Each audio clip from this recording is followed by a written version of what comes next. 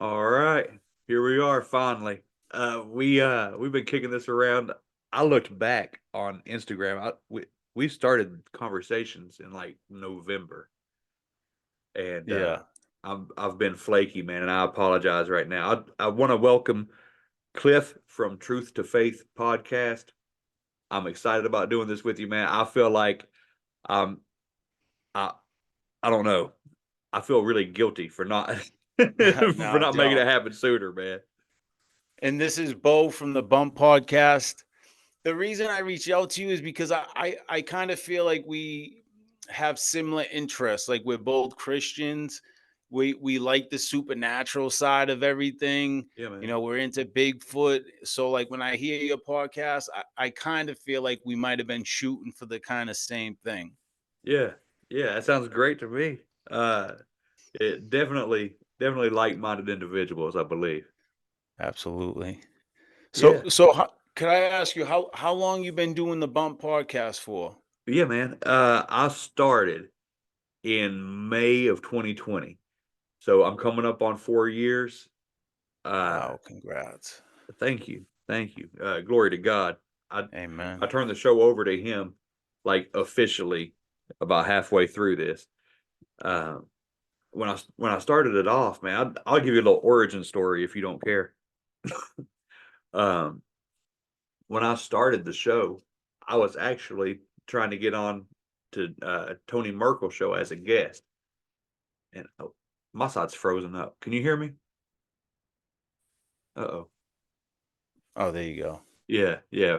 I, were you frozen too on your end? Yeah, I was frozen completely. Oh man, my bad. Uh, what was the last thing you heard? F- that you started the podcast 4 years ago. You gave it to God. Yeah, yeah, yeah. Okay.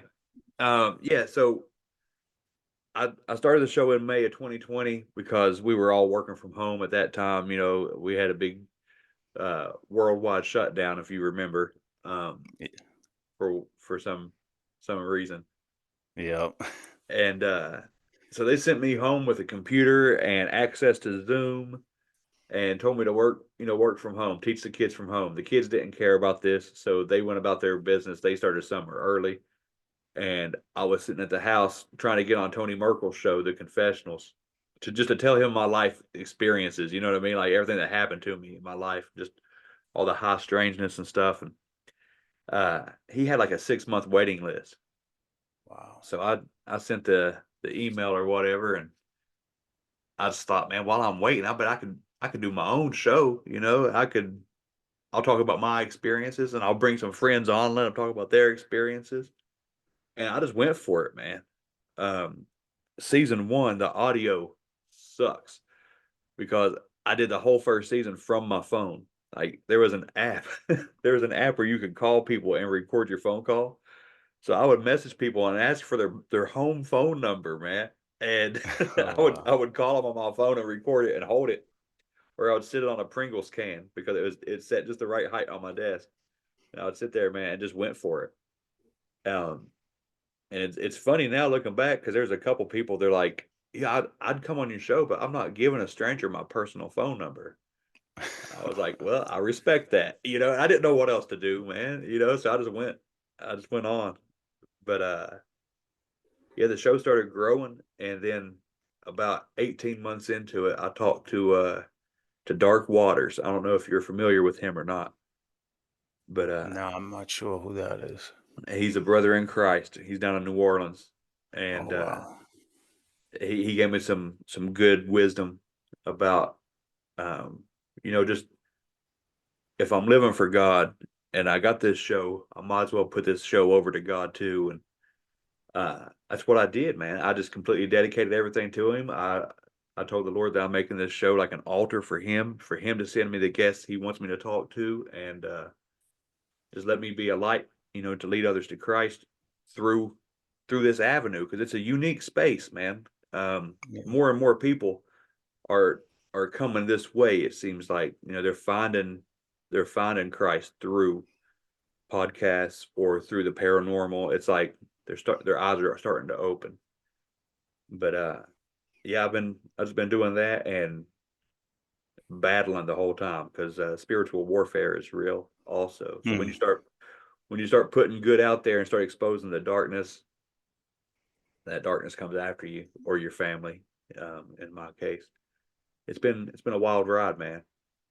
So what about you? Wow. When did you start Truth to Faith podcast? So I started about 5 months ago, and it was a similar thing. I was just getting into flat Earth, and I had just went through. I had relapsed after 7 years of sobriety. I Mm, lost my truck, my career, and I was trying to find God, but I was living in sin, and I couldn't find that connection. I ended up relapsing, losing everything, but it humbled me. It brought me closer to God. yeah, man. And then flat Earth came around, and my buddy was like telling me about it. And even though I knew about so many lies, like I started in child trafficking, that's the first rabbit hole I went down, and that almost broke me. Yeah, man. And eventually I got to flat Earth, and I started listening to another podcast called the Flat Earth Files. And I went on there, told my story. Um, Actually, it was before that. So my friend showed me a video of the GoPro rocket going up, and it hitting the firmament. And I had this experience. Like I started getting so hot in this house, and I'm like, I have to go outside. So we go all around the corner, and this light appears, and it was so real because my friend's like almost talking me through it. Like he said he didn't see it, but the way he was talking me through it was everything I was going through. Like I Wow. just seen this bright light, and I was like, what's going on? And then I felt this love that I've never felt before. It was like the way I love my child, but times a million. And it felt like it was all around me, and it like I was like just devoured by it. And I just felt such a peace and happiness. And I realized I was in the presence of God. And like I hit my knees, and then as I'm realizing I'm in the presence of God, I didn't see him, I just seen the light. um I instantly felt not worthy. I'm like, I'm not worthy, Yeah. because the love I was feeling, like I just didn't feel worthy to be around it. And then like I kind of turned my back to it, and I'm like, dude, you're in the presence of God. So I just turned around and I just cried. And then, and my friend's still talking me through it, and then it ended. And then I ended up going on that other podcast, and same thing. I was just like, you know what? If going down all these rabbit holes led me back to God, because I kind of fell away from it. Like I got into the whole ancient aliens and ancient astronaut thing, and that kind of pulled me from God. But once I realized there is no space, that the firmament's there and God is right there looking down on us, that this place is special for us by Him, Yeah, man. it changed my life. It changed the whole direction of my life. Yeah. Yeah. That is so wonderful. I wish I had that face to face. There's times where I get overwhelmed. There's times where I know God hears me. Like here, it wasn't even too long ago. It was this past hunting season. I love to deer hunt, man.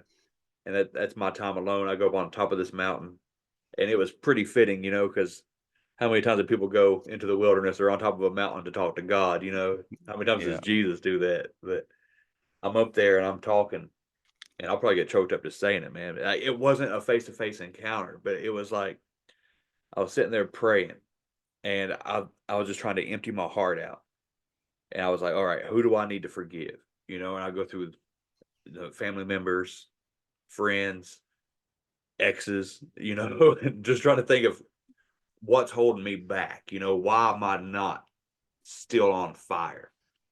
And it hit me like a ton of bricks, man. I hadn't forgiven myself um, Mm, for a lot of things, and I just sat there and just poured it all out. And when I left that mountain, I was a changed man, you know. mm. And it was just like God talked to me that way. Or I'll be sitting up there and I'm like, God, hear me. Here I am. I need you. I'm your kid. Hear me. And it's like in my mind, I can see his head turn. You know what I mean? Like his ear turned to me, and boom, I just start pouring tears. You know what I mean? It's like those moments that if you're not already a believer, you would not understand what I'm talking about. You know what I mean? Yeah. It's just like that connection with the creator of the universe, man. It's like there's nothing like that. No. There's nothing like that. And I will serve him to the day I die. And then I get to serve him in heaven. You know what I mean? That's like it's gonna be so Amen. wonderful. Oh Yeah. man. Yeah, but for you to have that light experience, that man, that's something that most people don't get to have that. That's a wonderful thing. Yeah, and it's because and I grew up in Boston, Massachusetts, in the Old Colony projects. It was an Irish Catholic neighborhood. It was ran by the Irish mafia, by Whitey Bulger. So it was a tough neighborhood, and there was some tough guys, and then there was like some wannabes, and then there was some crazy, like they were probably crazy. And so everyone was always trying to pretend to be something, be this tough exterior. And I was always like loving and caring. And, I remember thinking to God, like, why am I like this? Why can't I be like them and not care about anything and just be vicious? And, that's really how I thought as a kid. And now I look back, and when I read Matthew, every time I read, for the pure heart, for they will see God. I kind of could relate to that, and it always makes me well up because I had a blessing, God, I feel like I had his favor since I was little, and not that I'm anything special because I'm not, I'm a sinner, but he loves all of us that way, Yeah.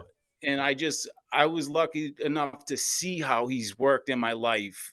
Every time I made a mistake, he tried guiding me down the right path, and it took so long and so many mistakes, but eventually I'm on the path now, so Right. I'm just so grateful for that. Man, that's wonderful because like, yeah, we all are sinners, but there's something special, man, because God has a calling for each person. If we're Mm, open to it, if we're receptive, if we seek it out, he's got a certain calling for you, man. And you've probably felt something all your life, right. so it might be for this show so you can reach other people that you wouldn't normally reach. It's like a ministry, you know what I mean? Yeah. Or who knows what it could be. Maybe it hasn't even happened yet. But you felt that call or that protection from him. He's guarding your heart for a reason, man. I think that's wonderful. Yeah. And, Beautiful. and I can relate to like what you said about your podcast. I'm like 50 episodes in, and my beginning ones were terrible. I learned a lot in these 5 months, but I remember like reaching out to certain people and not getting a response or being told no. And like at first, like it hurt. I took it personal. And then things started happening. I talked with this guy. He's a preacher and an author. He wrote 3 books about the Luciferian agenda, JB Hickson. He'd be a great guest on your show. I'll give you his email. And it's funny because I was listening to his podcast a lot because I was listening to so many truth of stuff. I'm like, feel like I'm floating away from God. So I found him and I did an episode on his teachings, which is, his ministries, not by works ministries. And he says there's nothing we do, we're saved through Jesus' grace, that it's a gift. So I did the episode by myself on his teachings the best I could. And then someone canceled, and who was my next guest? JB Hickson. I was like, Wow. you know, yeah. So I was like just blown away. Like I realized like God is gonna send who he wants to send, and That's who it, he man. doesn't, he won't send them. That's it. So That's now I don't stress it. Whoever comes, and whoever doesn't, it's no big deal. It's not personal or that's nothing it, like that. But I gave it to God. man. Don't that feel good too? It does. Like I every once in a while I'll stress out. Not too bad, but it was worse when I first started because I would tell my wife, I was like, man, I got to release an episode tomorrow. If this person cancels, it's a whole week. I won't have nothing. I'm trying to stay on this schedule, and next thing you know, not only will that person not cancel, there'll be 3 or 4 more people. For like 3 or 4 days in a row, I'm recording shows and I'm set for a month. And Yeah. it's just like He gives in abundance. He don't hold back, man. And Yeah. like right now, thank God, I'm either scheduled or have enough episodes. As of right now, I got enough episodes to go into like I think April, and I'm booked for the next month. It's like I don't have a day off, and I love it. It's he's just pouring it out, and I don't know. It's just been a blessing. Overall, it's been a blessing. I haven't had to miss a single week of doing the show, um, because sometimes I record in advance. Um, Yeah. my grandmother passed away. There was no way I was able to do to talk on a show and keep my head on straight or whatever. But I had a couple weeks of shows pre-recorded, so I was able to just put those out, get through that.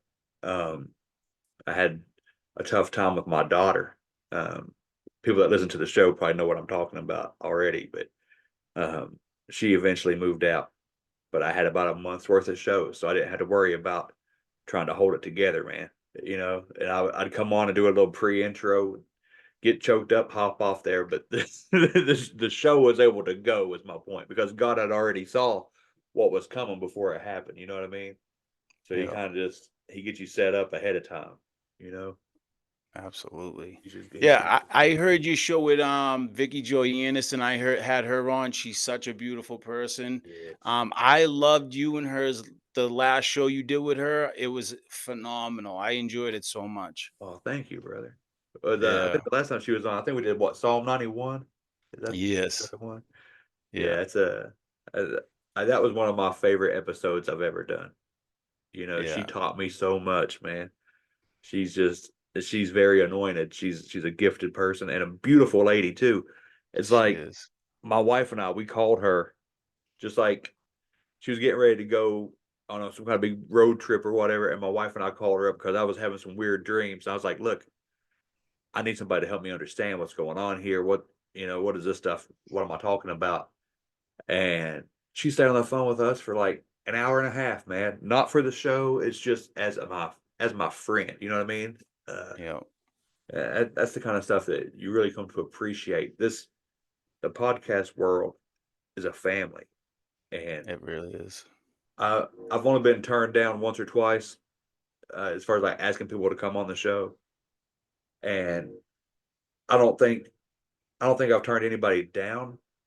I had to cancel a show in the middle of it, but that was Oh here yeah. recently too. Just because I'm open to anybody's worldview. Whatever they want to talk about, whatever their life experiences are, that's fine. It's not my life. But there's some things that are just so blatant. Um, I had a lady that wanted to come on, and her husband reached out and tried to argue, try to bring up a fight or whatever, but she wanted to come on and just, for lack of better words, glorify demons. Like Oh, literally try to take up for them, make excuses for demonic activity, and try to get us to, my audience to empathize, not just sympathize, but to feel what the demon felt. And I was like, look, I can't share this. That was an attack. I felt like that wasn't from God. That was somebody trying to sneak in there and speak against what's going on. And I just couldn't do that, man. yeah. It's hard because when people come on, like I know that when like someone's coming on and you don't really agree with them, but you don't want to be disrespectful. You want to kind of be polite and let them talk. And Yeah, it gets uncomfortable sometimes when you start talking about certain subjects, especially that. Yeah, no, yeah. Yeah, that's the first time I got, like, you're right. Sometimes it gets uncomfortable, and I'm like, I'll hit the mute button, and I'll be sitting here going, mm-mm. But this time, man, like, it went about 15 minutes, and I just told her, I was like, I know what you're doing. You know, we're not going to see eye to eye, and I cannot come into agreement with this. So I have to stop the show. I hope you have a good night. And I hung up.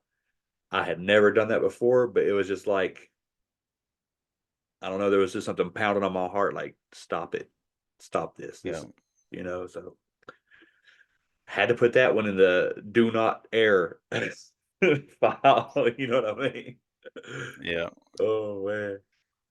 Do you have any advice to give me? I'm 50 episodes in, and I've had my peaks. Like what you said though, the podcast family, like I wouldn't have got this far. Like Josh Monday, Yes, I love him. Raul and Alex from the Firmamento, their buddy Claude, he has a podcast, Claudecast. They were so nice. Like where I come from, not everybody, but usually people are playing an angle always, Right. in the streets.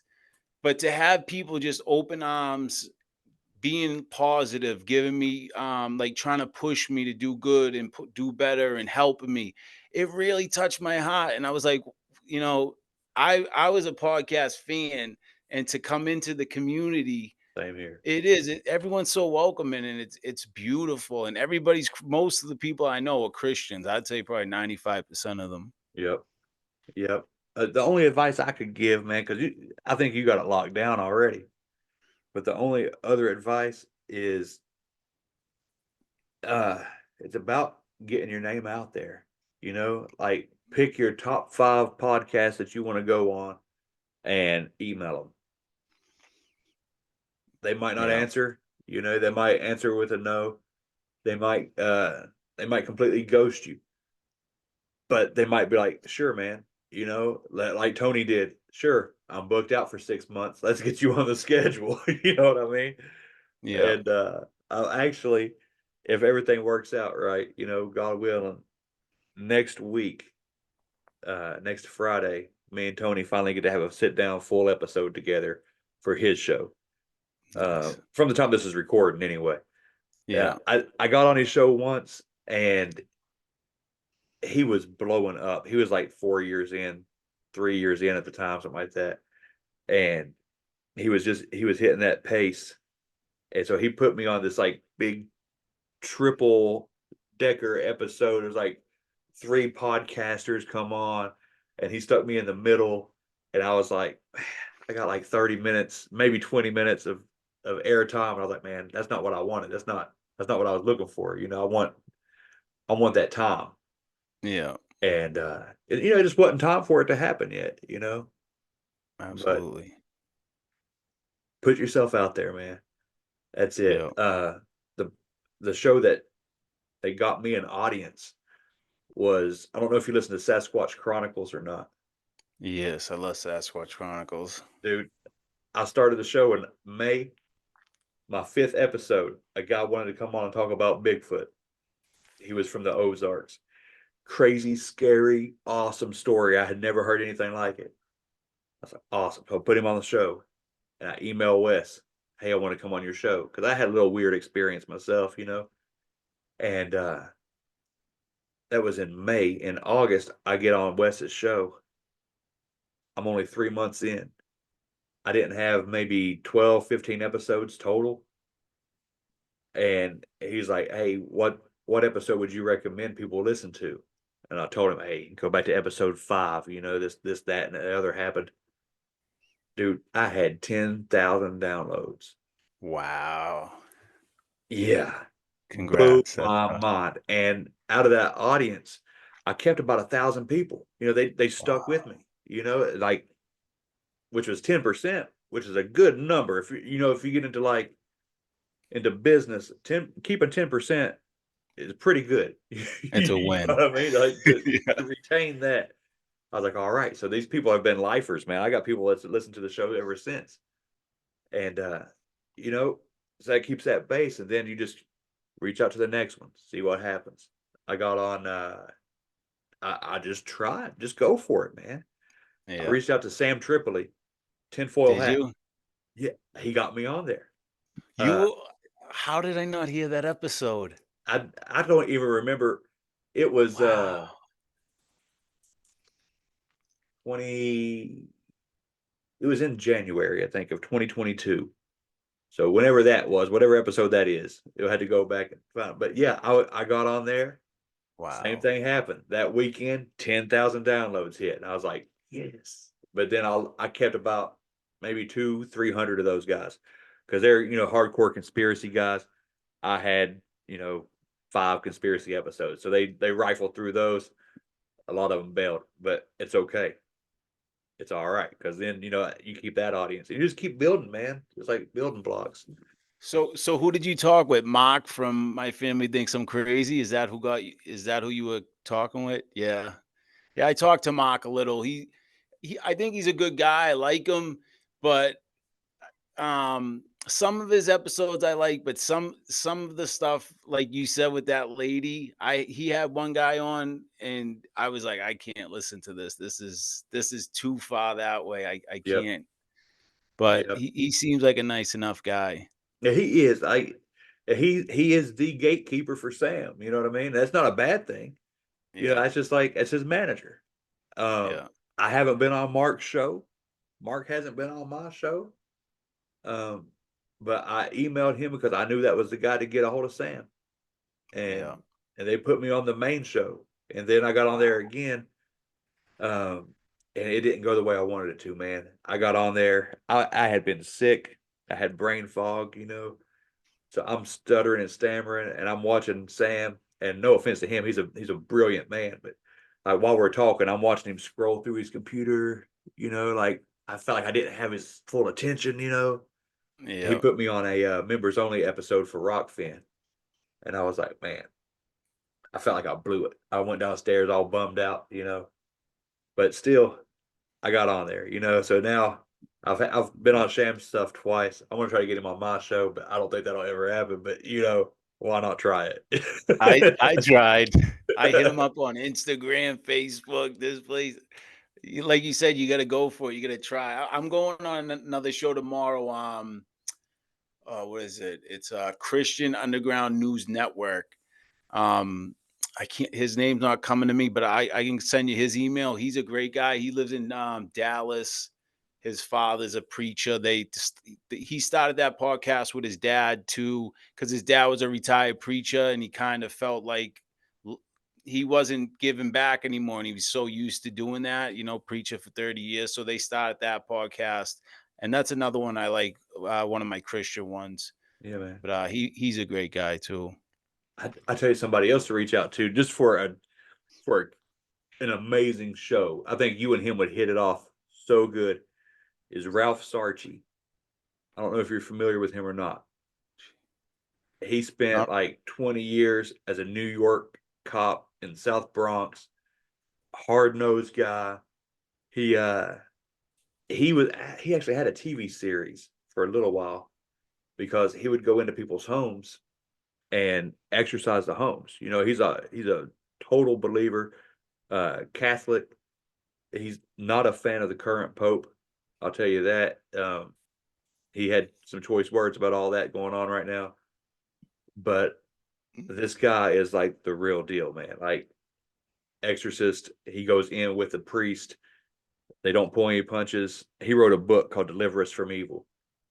Um, I read that book and I was like, I gotta get a hold of Ralph Sarchie. I watched his shows on. He only has like half a dozen shows on Amazon or whatever. I think it was called the Demon Files or something like that. So watched those. Reached out to him. He come on the show. He hasn't responded to me since the show. Um, that's all right. Like I said, he's a real tough guy, and where I told him, I think I broke his heart, man, or made him mad. I don't know which one, but I told him I was born Catholic. My dad's side of the family. Uh, I grew up in a Catholic home or going to Catholic church, and when I became a teenager, I quit going to church for a few years. Pretty much at all. I might go every couple of months. I might go, and then when I was about 19 or 20, I started going to a Protestant church with my grandmother on my mom's side.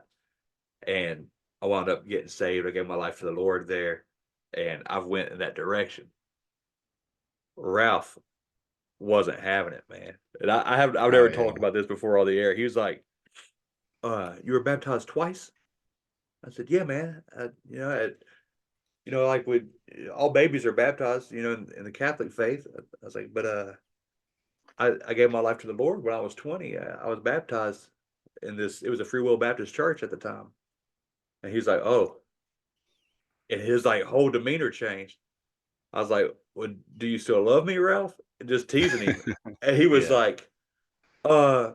I'm worried for your soul, to be honest with you, but let's go ahead and do this show. And I was like, Wow. gosh, okay.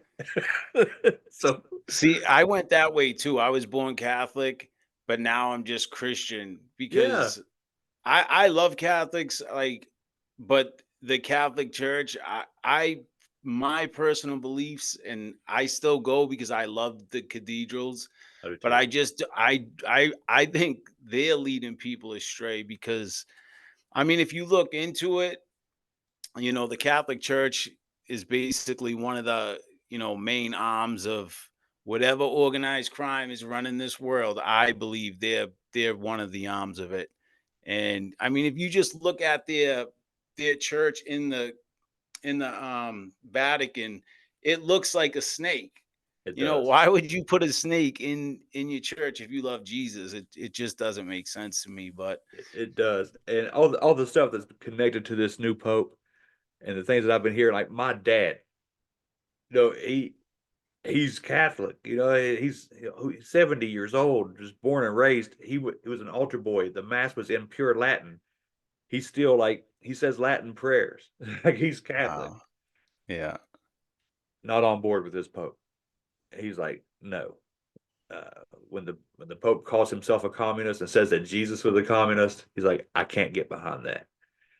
And then there's a bunch of other little things that's happened lately with this Pope that I'm watching Catholics fall away from it. But yeah. they're staying in Catholicism. They're not getting behind this Pope anymore. And I don't know. I think it's sad to see that, but Yeah. you know, Well, it and that's the other thing with the Catholic Church. I feel like it does lead a lot of people away from it. I mean, with the kids thing. I yeah, mean, if you just look at the Jesuits arm of it, and they're linked to Freemasons and Knights Templar, and I just can't get behind it. But you talked about Bigfoot earlier. I'm curious. Are you in the woo woo camp or are you in the ape camp? man, it's funny you ask because I I have developed a theory, and I'm actually releasing all of my research, everything I've looked up, everything I've experienced. I'm putting it all on an episode, and I'm dropping it on Leap Day on February 29th. It comes out, so it's before it. We're talking before that, but the episode will be Yeah. out before this one drops. Um, I think this is my personal opinion. I think that Bigfoot is an Eliud. Um, if you're like I was about 2 years ago, you probably never heard the term Eliud. I hadn't until this lady told me. It is, I guess you would say it would go in the direction of the woo over Yeah. the natural. But I was talking to this lady, and I'll keep this brief, man. I won't dwell on it too long. That episode's like 3.5 hours. I was talking to this lady in Pennsylvania. She wanted to come on the show and talk about this Bigfoot experience that she had, right? So I'm like, all right, cool. She comes on the show. She's telling me about this Bigfoot that lives off the property in the woods across from her trailer. That sometimes he appears to her as a light. Sometimes he talks to her with telepathy or mind speak, as they say in the Bigfoot world. And she would leave him gifts. He would leave her gifts in exchange. He let her see him in full form a couple of times. She gave him a name. And I was like, man, that's a very fascinating story. That's her experience. I appreciate that. Well, she comes on a second time and she tells me that this character, this Bigfoot, she called him Harry, which, it's not very original, I guess. But she said that he told her what he really is. And he told her, and she was not into theology. She wasn't versed in the Apocrypha and all that stuff at the time. She got that way. But he told her that he was an Eliud. And when she told me that, I had never heard it, and she was afraid she even pronounced it wrong. Like we had to sound it out, spell it, all that. But he told her that he was an Eliud and he was seeking redemption. All right. I look it up. Can't find much information. I get a hold of Gary Wayne. I was blessed enough to have him on my show. I got to bring him back because the audio was terrible on that one too. But he said he'd only heard that term a couple of times in all the manuscripts. So I look it up, and what it is, an Eliud. All right. In Genesis 6, you have the fallen angels, right? You got the watchers. They come down. They took wives. And I got a whole big theory on them too. But I'll get into that later. They took wives. Their offspring was the Nephilim, Yeah. right? All right. Now, the offspring of the Nephilim, the ones that are just like a quarter angelic or heavenly host, 3/4 human at that point. From the offspring of the Nephilim and down, they're referred to as the Eliud. Wow. And this creature told her that he was an Eliud and he was seeking redemption from God. Wow. That makes sense to me because It I've did been me too, saying man. it. Like, I think they some tied to the Nephilim. So that makes perfect sense. I mean, the things they can do, the abilities to cloak or disappear or, whatever they do, it makes sense. Yeah. Yeah. It checked Wow. every box. Blew my mind. And I was like, all right. Brought her back for a third episode. And all of a sudden, Harry's telling her, hey, you're reading the wrong book. You know, uh, yeah, man. And starts Wow. whispering this stuff to her. And she likes him. They get along. So I'll leave some more of the rest out there, but it was very interesting, very interesting. Wow. And so then I'm talking. That was like 2.5 years ago, right? Wow. So I just kind of tucked that away, and I'm going about my business. Bigfoot is who knows what. And then I get this lady on my show who used to be into witchcraft, and she left witchcraft for Christianity, and she was telling me about her story. This woman is not into Bigfoot. I don't think she could care less about Bigfoot, but she starts talking to me about how all her life when she was a kid, she had what she thought. She said, I must have been being followed by a demon or something. She said, but I thought it was my spirit guide. I said, really? She said, yeah, I named him Jason. I was like, okay. I said, well, what's Jason look like? And she said, it's the weirdest thing. She's like, he was just so big and looked like an ape. He was like this big ape man. And he had all this knowledge. And he would tell me things that I was like, all right. That's one of these LEU. You know what I mean? That's one of Yeah. these creatures. So Wow. I put those pieces together, and then I talked to another guy. I read some more stuff in a book. Um, and it's all anecdotal evidence, I guess. It's people's experiences. You put what stock into it you want to, but I believe them, and I Yeah. believe for me, that's what Bigfoot is. And I might look foolish 5 years from now. I might look foolish next week if they shoot one and drag one out. But as of right now, I'm content with saying I think I know what Bigfoot is, and I think it's an LEU, man. Wow. You Yeah, know what that'd be great for you to go on is Blurry Creatures to talk about that. They'd love that. dude. That's an amazing story, man. I mean, it to me in my mind it makes perfect sense. Yeah, And I wonder if they can be redeemed. I mean, because I always wonder, like, you hear you listen to Sasquatch Chronicles or the other. There's so many of them, but some of them they have these great experiences where they're enlightened and they're friendly with them, and some are a little more scary. But I wonder, could a pot Nephilim be saved? I don't know. I don't know. I don't know how far down they're. You know, God visits the iniquity of the father's sins down to the third or fourth generation. All right, is what it said before he before he stopped that curse. So, how far down the bloodline does it have to go before they can have redemption? I don't know. Wow. But yeah, man, I would love to go on Blurry Creatures and talk about it. And speaking of those guys, when we all first started, man, like 3 years ago, they messaged me. They're like, "We need to do a show together." Absolutely, let's do it. About 100 episodes in, I'm like, "Hey, when we're going to do this show?" They're like, "Oh, we do need to do something, you know." And now it's like I can send them something, they'll laugh, they'll respond back, and I'm like, "All right, let's do a show," and they'll read it and don't respond. Damn. So anybody that hears this, if you want to email Blurry Creatures and tell them to quit messing around and get me on the show, I would love that. Get Bo on there, man. That's right. Reach out to them. Yeah. If any reason Nate and Luke are listening, then yeah, you guys need to quit messing around with me, man, and just put me on there and let me talk. Wow. It really shows me how small the podcast world is. Like everybody knows everyone. It's Yeah. kind of surreal. Even Yeah. like when I look at my analytics and like see that there's 50 countries and obviously I'm not huge in every one, but one person in all those countries, it's like overwhelming. Like, Yeah. wow, Yeah. you That's the thing. know? Your show is reaching the world, man. Yeah.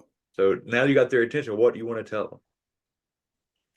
Um, I don't know. Give me a chance. Check out my show. I'm just trying to I just want to show people the truth, because Man, that's it. we're in a spiritual battle and I see it every day and it's so clear to me. And I see so many people who are lost in the world. Like, the Bible speaks, don't be of the world. And I think so many people are trapped in the mind control, stuck in the matrix and they don't want to they only have tunnel vision and they don't want to look outside. It scares them, but the great news is God is real.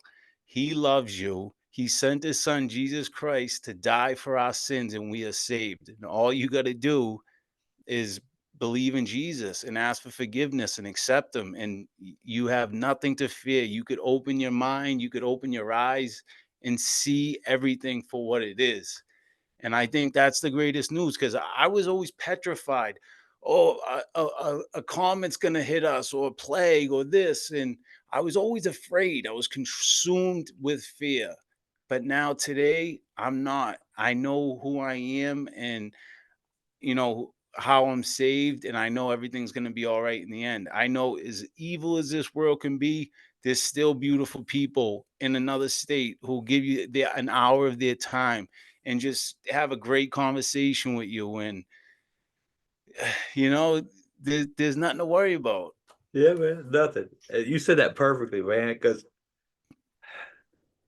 that's why, again, I keep bringing my wife up, but she's my best friend. Amen. That's what I would tell her all the time. I'm like, look, I don't know what I'm doing. This is before I gave the show over to the Lord. I was like, what am I supposed to be doing with this? You know, yeah, people are coming on sharing their stories. There's 2 million podcasts out there. What am I doing? What am I supposed to say? And what am I supposed to, what is this about? But you just laid it all out there perfect. Like, had I known that 50 episodes in, the show would be different. But you've already got it figured out, man. You know what I mean? Like, Yeah. you got it It, all it figured out. it's really like you're obviously well read. Like I'm not well read. I grew up in such poverty, and my mom and dad had problems with alcohol and drugs, and I couldn't be a good student. So I'm not really, that kind of hinders me sometimes. I put so much pressure, and then I end up like freezing up, like you talked about. And rather than just like, I feel comfortable with you, so I just Yeah, am able man. to just be myself. I don't have to try too hard, and so yeah, when I'm able to just have a good conversation with somebody I could trust, it's a little bit easier to just be myself and not put so much pressure. That's it. That's it. Yeah, dude, I grew up pretty poor too. That's but one of my favorite things is to outpour people. Like if they tell something about having a hard time. Because I'm from like southern West Virginia, man. Like everybody here is poor. You know, and my go-to poor story is we grew up in a house. It was a stone house, or it was like 100 years old, and we were living there rent free because a nice lady just let us stay there. You know, after my mom and dad divorced, and it would get so cold in the wintertime, and there'd be ice on the inside of my bedroom walls, and my mom would send me to my grandma's house so I wouldn't get too cold. But you know, See, that's how we we had the grew up, man. project heat. We Yeah. had the project heat. There were these big cast iron radiators. So we were never cold, but we were hungry a lot. I say, well, we were never hungry, but we were cold a lot. The ramen noodles are cheap. Oh man, my friends would have contests who could make the best noodles. Like some people liked them with extra water, some put It was insanity. But Yeah. yeah, I've ate a lot of ramen noodles in my day. Yeah, me too, man. I still eat those things, man. Yeah, they're a good treat. Oh, now you told me before we recorded that Yeah. you had a ghost experience. That you ran into a ghost. You saw a ghost. Can we Yep. talk about So that, man? yeah, I'll tell you the story. So when I was a kid, I seen how my parents were living, and I swore I wasn't gonna go down that path. So, like when my friends started drinking and smoking at a young age, I was like, I'm all set. But eventually, at 15, I met a girl, and I eventually went down the path that I didn't want to. Yeah. So I got a bunch of addiction problems and stuff. And one time when I went to get treatment, I went to this it was a treatment center in Tewksbury, Massachusetts. It's now a state hospital and a recovery facility, but it used to be a TB clinic. And there was about 6 people in a room. And one night, I had a weird. I don't know, like I don't know how I felt. Somebody was staring at me because I was asleep, but that's the only way I could describe it. I kind of popped up, and it's pitch black, but I just feel something looking at me. So I'm like, I'm trying to clear my eyes and I'm looking over and I'm like, it looks like he's sitting up looking at me. And like, Oof. so I clear my eyes and I see him laying in his head on the pillow. And there's just this figure sitting on the bed. And it's like a black silhouette. And where the eyes were, they were just sunken in and they were just black. Uh, And I'm just looking at it, and this place was creepy. So I just looked at it for like 3 seconds, and I was just like, "Please, God, help me." I turned over, and went back to bed. So the next morning, everyone woke up, and I said, "You ain't gonna believe what I seen last night." And this kid goes, "You seen a ghost?" And I was like, "What?" He's like, "I've seen a ghost, but I seen it in this chair right here." I said, "Well, I seen it sitting on so and so's bed." And so somebody else had seen it, which was mind blowing. man, no, thank you, man. Yeah. Yeah, look, well, let me ask you because they're mentioned in the Bible. What do you think a ghost is? I don't see the ghost gives me more messes me more up. Like the Bigfoot, I could kind of grasp my mind around, but Yeah, the ghost thing, I don't know whether it's like a wandering spirit or something that didn't want to cross. I don't know. I really don't. I don't either.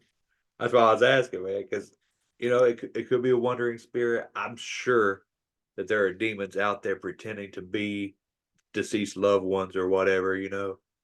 Um, but what what a ghost is, I don't know either, man. I know that who was it? The Witch of Endor was able to summon, the spirit of someone that had already passed, for Saul, and that alone blew my mind that happened.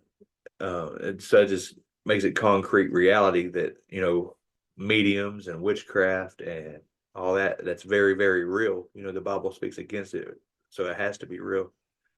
But what a ghost is, I don't know, man.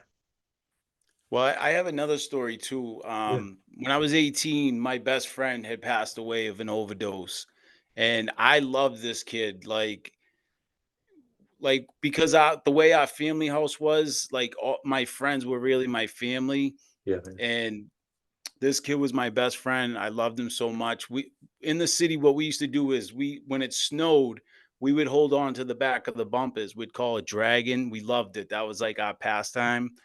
So one day, it was me and this friend Johnny. We were like, let's cut in the hallway. There was a heater. We got warm.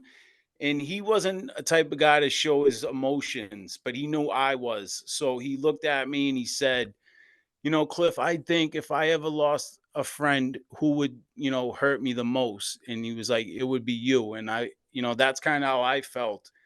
And Yeah. then I did eventually lose him 2 years later. And it cut me bad. Like, I was lost for years. And like 2 years after, I was so tore up and I had went to bed and I had this dream and it was so real. I was in these woods and it was pitch black and I see somebody coming towards me and it's him, but he looked dead Oh, but I wasn't afraid of him. And he said, "Cliff, grab my shoulder." I grabbed his shoulder. He walked me out of the woods and I woke up and I was able to let it go and move on with my life. But wow. even that dream was like he looked dead. Like it looked like him, but he just looked dead. And it was, but I wasn't afraid and I wasn't sad. It was, I don't know, it helped me get over it, but Yeah, that was a pretty wild dream. man. So that I'm sorry for your loss too, man. I couldn't. Thank you. That's a tough one to take, but I can't. You can't say that all of them are bad when that kind of stuff happens. Like, uh, maybe maybe they're allowed to visit. Maybe you can get a little confirmation or some closure or Yeah. something like that. You know what I mean? Like, I don't know, because I'll see people post stuff and say stuff like, "If you smell perfume, that's not your grandma. That's a demon trying to trick you or whatever." Or any little thing. But I'm not so sure, man. Sometimes I feel like we get just a little blessing. You know what I mean? Like, Exactly. I don't know. I'd like to know how it works, and I guess one day I'll be up there and I'll be like, "Hey, Jesus, we got to talk." You know what I mean? Yeah. Once I calm down and I realize I'm not going away. There's so many questions, I think we all got like 50 questions we're gonna be trying to. Hey, could I talk to Jesus for a minute? No, no, Cliff, no more questions. You gotta go man. do your job. That's it. Yeah, it's your turn to go praise for a little while. Yeah, man. Yep. Oh, well, So uh, let me. What do yeah, you? Where are you at on flat Earth? Because I heard you talking with Dave Weiss. I know it's one of those topics, right? That when you hear it, you're like, I just can't go there.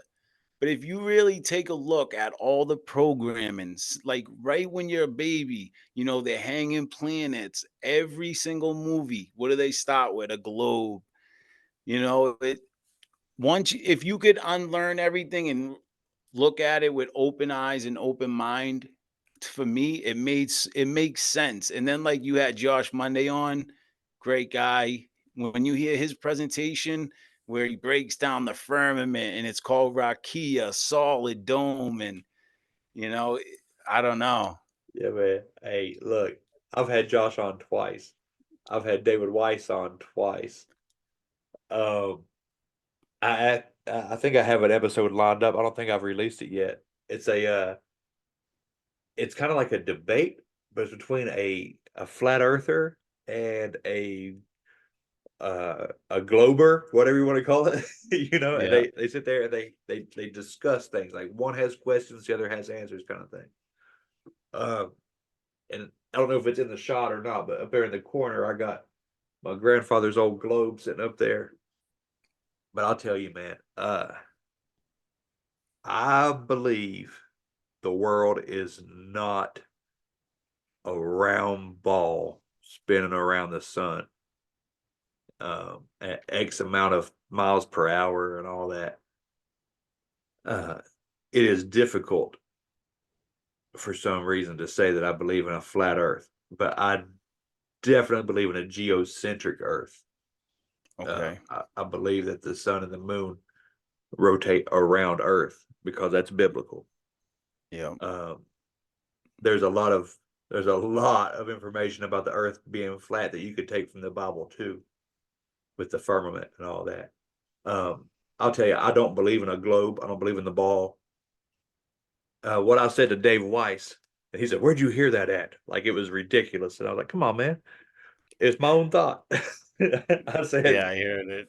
I said maybe we're in a little bit of a bowl, like if you take a cereal bowl, it's roundish on the bottom, but it's flat on the top because there has to be something under the earth, right? For there to be all this inner earth theory and uh, the the depths, and we know the ocean is miles deep and all that. So there has to be something under there. And I told him, I said, maybe we're all bowls, and our bowl is just lower than these other bowls, and we're seeing the bottoms of what you call planets, and it might just be just other rocks out there with a rounded off looking bottom, so it looks like they're balls, but they're not. And he's like, man, that's stupid. Dave don't hold punches. No, we don't, man. But yeah, What I do believe that the Earth is not round. Um, Well, did you see the video with the guy? He went to the bottom of the ocean in a sub, and he talks about there was, if there was another ocean at the bottom. He can see the shore, and then when he tried to put the submarine down, it wouldn't go down in it, but it looked like water. He said it was like thick, and then he mysteriously died, a few months after he released the video. But no, so yeah, so I was wondering if it's, the water's above, the water's below, and that's where we are in the middle. I don't know. right. Again, questions we're gonna have to ask one day when it's our time. That's it. That's it. Yeah. Things that make me question. It's like, who believes in the moon landing? Like honestly, and It's silly. I know the vast majority of people still do because they accept what they're told. Yeah. But look at what they've been lying to us about. Look at how many things they've had to back up and say, here's, that they were a part of the government, that who they are. Yeah. Uh, the government lies to us. They use us as guinea pigs. You know, they they poison our food. They poison our air. And we're supposed to Yeah. believe them about anything at this point. You know what I I mean? know. And I so, do. yeah, we look at that moon landing is ridiculous. Now that I'm older and I'm not just believing what I'm told, you look at it and it's like, all right. So they took like this golf cart basically covered in tinfoil and they're calling that a rover. Uh, you, I watched the video of the shuttle taking off and you see like the camera pans up as it leaves. Who's the cameraman? They left on the Yeah. moon. Um, how is he talking to Richard Nixon on a landline? You Yeah. know, that's some obvious question. But then you have like more recently, I have always been a big Elon Musk fan. The jury's still out for me. I don't want to say he's a bad guy yet. It's not looking good for him. But Yeah. uh, he had SpaceX, right? And they launched the Dragon, and it was live, and you get to see it. And then all of a sudden, it goes to CGI. Like you get to see an image of what it must look like right now as it travels through space. And then they show a video of what is supposed to be a camera that's mounted to the back end of this thing, and it's like the blast track. You could see it going through space, like it's leaving Earth's atmosphere and all this stuff. And then you see a mouse. I don't know if you saw that or not, man, because I No, I was didn't watching see that that. live in my living room. A mouse runs out from inside of this thing, it runs down the blast track, and it turns around and runs back inside the shuttle. And I Wow. was like, okay, let me go to Twitter and see what's up. So I get on Twitter and it's already hashtag space mouse. You know what I mean? Like everybody Oh, saw that's it. right. Uh and but I watched it. I watched it happen. They can't tell me that it was ice in space because it was so cold. No. I watched that mouse come out there, man. So I knew that was a hoax. and then you try to watch it land, and it's like showing you this CGI image of it coming down, and then it pans away, and then it comes back and it's sitting there with this fake smoke going away. And like, man, I know that's Well, I remember as a kid, like watching the rockets go up, and then like it's going straight, and then it would go this way. And I remember as a kid going, "Why is it going sideways now? Why isn't it just going straight up?" right, So I don't know. Maybe it was hitting the firmament. A lot of people theorize it hits the firmament and then lands in the Bermuda Triangle, and that's really why people go missing. oh But who yeah. knows? So yeah, man, I don't believe much of anything that comes from the government. Yeah, Uh, I guess it's kind of like you kind of have to pick and choose what to believe, what not to believe. Mundane things might not be that bad. And when people say, why would they cover it up? If the earth is flat, why don't they just say so?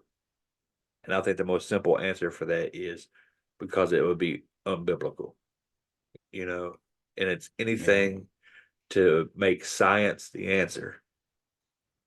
Uh, that's the most fundamental thing, I think. It's just to put your trust in science other than God in any degree. If you ever have to say, well, this says that, the Bible says this, go with the Bible, man, because 100%. science ain't going to save you. You know what I mean? Yeah.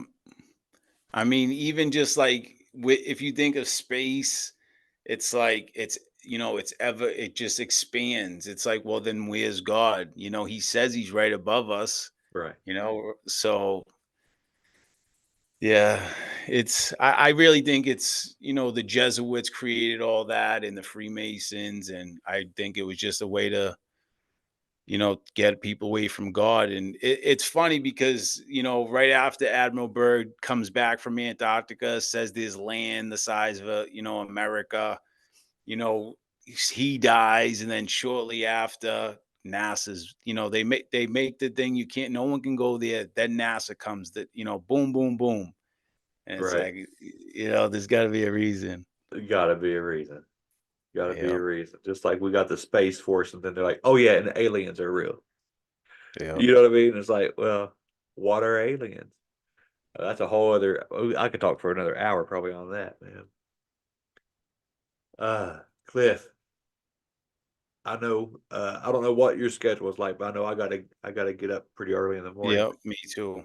Um, I would like, if you don't mind, first let me just thank you for inviting me and for being patient with me, man. I have absolutely loved this conversation. I want to talk again. I want to do it, you know, uh, several times if you're down for it, man. I feel like I Absolutely. already know you. You know what I mean? It's just been so comfortable. Yeah. But yeah, man, No, and I tell appreciate everybody. you coming on too, because like I said, when I hear your podcast, I just relate to you a lot. I feel like our stories are similar. So I had a great time. I felt like I could be myself. There was no pressure. Yeah, So man. thank you as well. And I would Absolutely. love to do another few with you. Yeah, absolutely. Thank God, man. Tell everybody where they can find you and your content. Just plug whatever you got. Okay, yeah, you can find me on Truth to Faith on Spotify. If you want to check out my Instagram or my Twitter, it's Truth to Faith, capital letters. My Facebook is Cliff Truth to Faith. That's more. I post a lot of stuff, but I post some personal stuff too. And um, if you want to check out, I'd say some of my best episodes is with Dr. Robert Malone. That was a great episode. Vicky Joy Anderson, um, Ryan Peterson, with the Nephilim. There's some good stuff on there. And I got a couple of my friends came on who are now Christians, amazing testimonies. I have a few testimonies on there. So yeah, come check it out. And I really appreciate, you giving me this time. And will you tell my listeners, where they could find the Bump podcast and stuff? Absolutely, man. I appreciate it. Yeah, I have a lot of the same guests on my show. That's what that's wonderful. Like Ryan Peterson, Vicky Joy, some of my favorite people, man. Yeah, it's the Bump Podcast, BUMP. Uh, that stands for the Believers of the Unexplained Monsters and Paranormal. That's basically what my show is about.